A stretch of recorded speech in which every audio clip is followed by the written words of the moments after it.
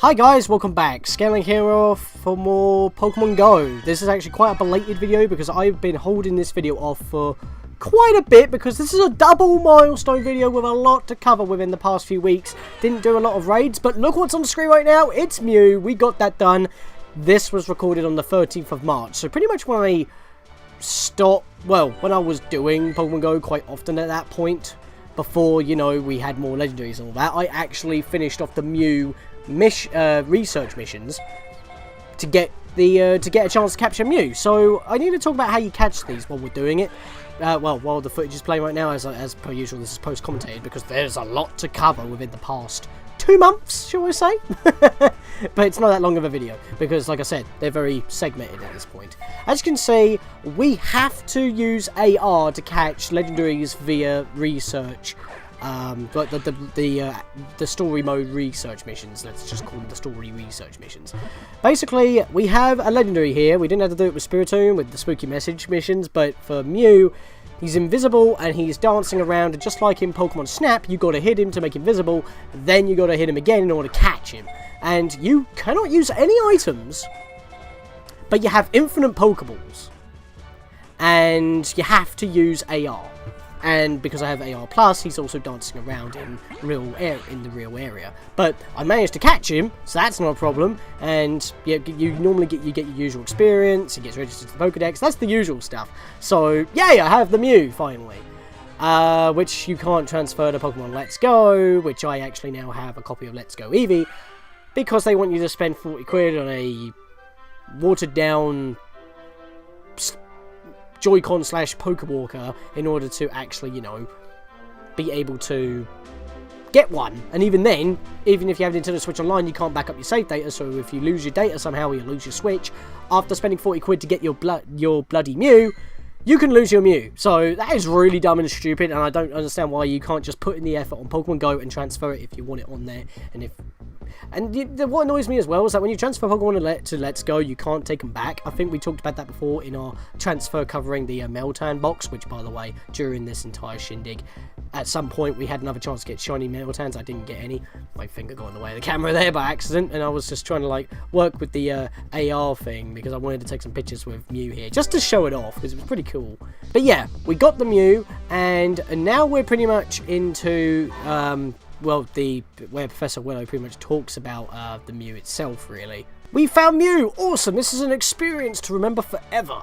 Now you can see why I love studying Pokemon so much. The whole world is out there to discover. Go have some fun! My assistant and I request some special research from you in the future, which obviously are the other missions, which, you know, we haven't done yet. But of course, the mission right beforehand allowed us to catch the Mew. This just gives us... seriously, the same thing that happened with the spooky message, the 3 missions, I didn't know what the requirements were. Apparently, the final page requirements of any of these story missions are basically just catch the Pokemon successfully, and then you get them, and then you get all that extra experience, and yeah. And by the way, more footage here. I managed to evolve another one of the, this is for the Celebi event, actually.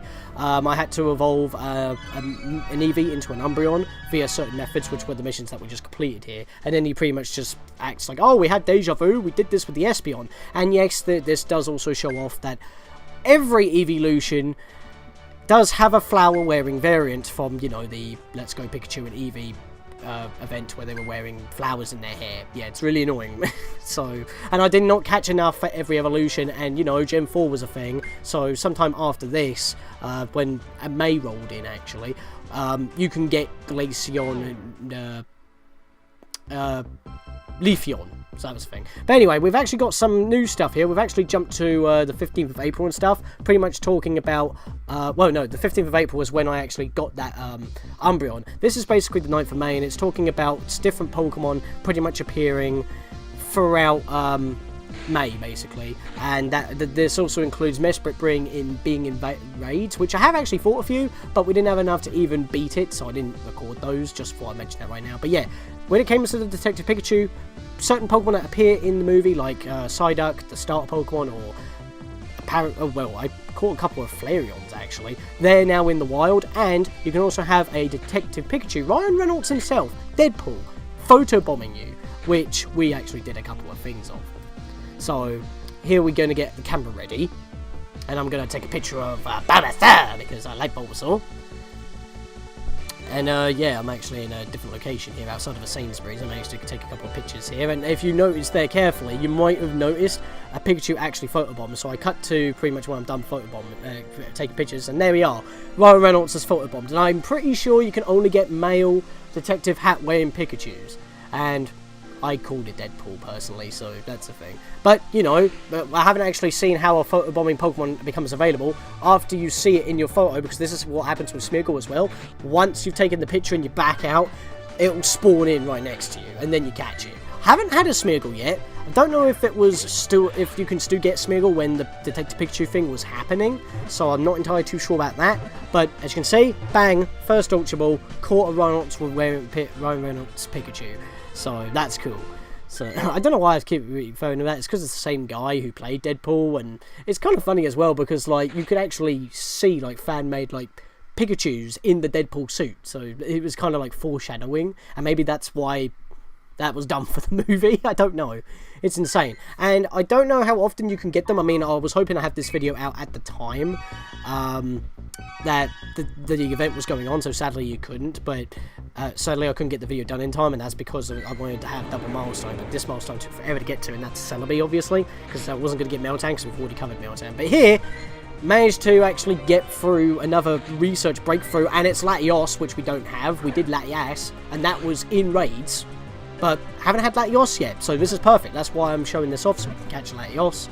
So that's perfect. This was roughly on the 11th of May, I'm pretty sure. So yeah, I've got the dates written down here. So yeah, so basically all this happened on the 11th of May, the Detective Pikachu covering the event and whatnot. But obviously all the other Pokemon from the Detective Pikachu event wasn't exactly necessary to cover, because it was just like the usual stuff, Mr.Mime, Psyduck. Even Aipoms were all over the place. Literally, the town was filled with monkeys. So that was a thing.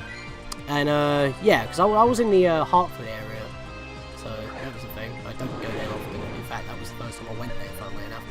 It was just like a road trip kind of thing, work related, but not happening anymore. But road trip. It was a road trip because it was like an hour away, so it was like ridiculous. Anyway, I actually sped up the footage here because this thing was being a dick. I was chucking the balls, it kept on wobbling only once or twice, would not stay in there, golden raz, normal raz, curve the ball, just would not stay in the ball. This thing was evil, eating up my supplies. Finally got it though. Yeah, one of the first times I've had to actually speed that up. I mean, obviously when I was doing live commentary, that was just like me reacting to like trying to catch the damn thing. But yeah, we actually have both Eon Pokemon now, which is amazing. And yeah, so that's pretty cool. Now, jumping ahead just a little bit more to pretty much the Torchic Community Day, where I caught 3 shinies, and now I have 1 evolution of all the thing, as well as getting a level up during that day. This was the 19th of May, which is why this video was so late. Right after the time lapped over, so that the Torchic Community Day was over, I caught a random Turtwig, which was the last Grass/Psychic Pokemon that I needed 40 of in order to finally get myself a Mew with the Ripwind time. Mission 7 out of 8. Pokemon appears, it's time to get the Mew. This is double milestone, baby, and that's exactly what I wanted. It should have been like a week earlier, but I just could not find the Pokemon because of the Detective Pikachu event only spawning Mr.Mimes and Bulbasaurs, and they're not the easiest to catch. So once, you know, Sunkern started showing up again, it was a lot easier for me to actually catch them. Plus Cherim. And look at this! Wait, there's going to be a bike here, and it disappeared perfectly. That was timed well. I was going to cut that out because other people in the scene, but you couldn't see their face, so I thought I'd keep that in, because that was kind of comedic timing on how Celebi got in the way. But as you can see, once again, we're locked into AR Plus mode. And unlike Mew, where he's invisible and you just have to like whack him and then hit him again, Celebi teleports around. That's really the only change. But you still have infinite Pokeballs, you can't use items, you just gotta keep on going until you catch it. So that's the gimmick with this.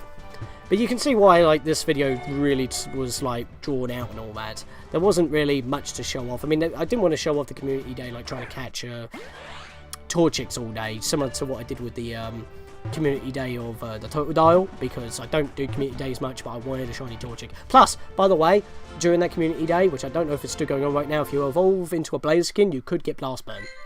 But yes, we have Celebi! Flux is back with us, guys, from the Emerald Randomizer Nuzlocke. Link in the card, might as well show that off. It was our starter, funnily enough. I'm kind of spoiling that a bit, but I don't know, you know, it was quite insane. Because it was a Randomizer Nuzlocke. But yeah, that's the. I have to make mention of that because that's the reference. Of course, I'm going to call it something because you always reference previous projects. But yeah, that's it. And then he's obviously talking about, like, you know, Flux in general, or Celebi. What an amazing experience! We've come a long way in your research, and I must say, you're inspiring me to discover even more Pokemon. So, just a generic thing, really. I can now collect my additional Celebi candy, and that's it for this video. I literally do not have any more progress to make, not many milestones, except for evolutions. And, well, we already caught Meltan, but I will show it off once we get to that point. So, in the next episode of Pokemon Go, I will see you guys next time for that. See you guys then.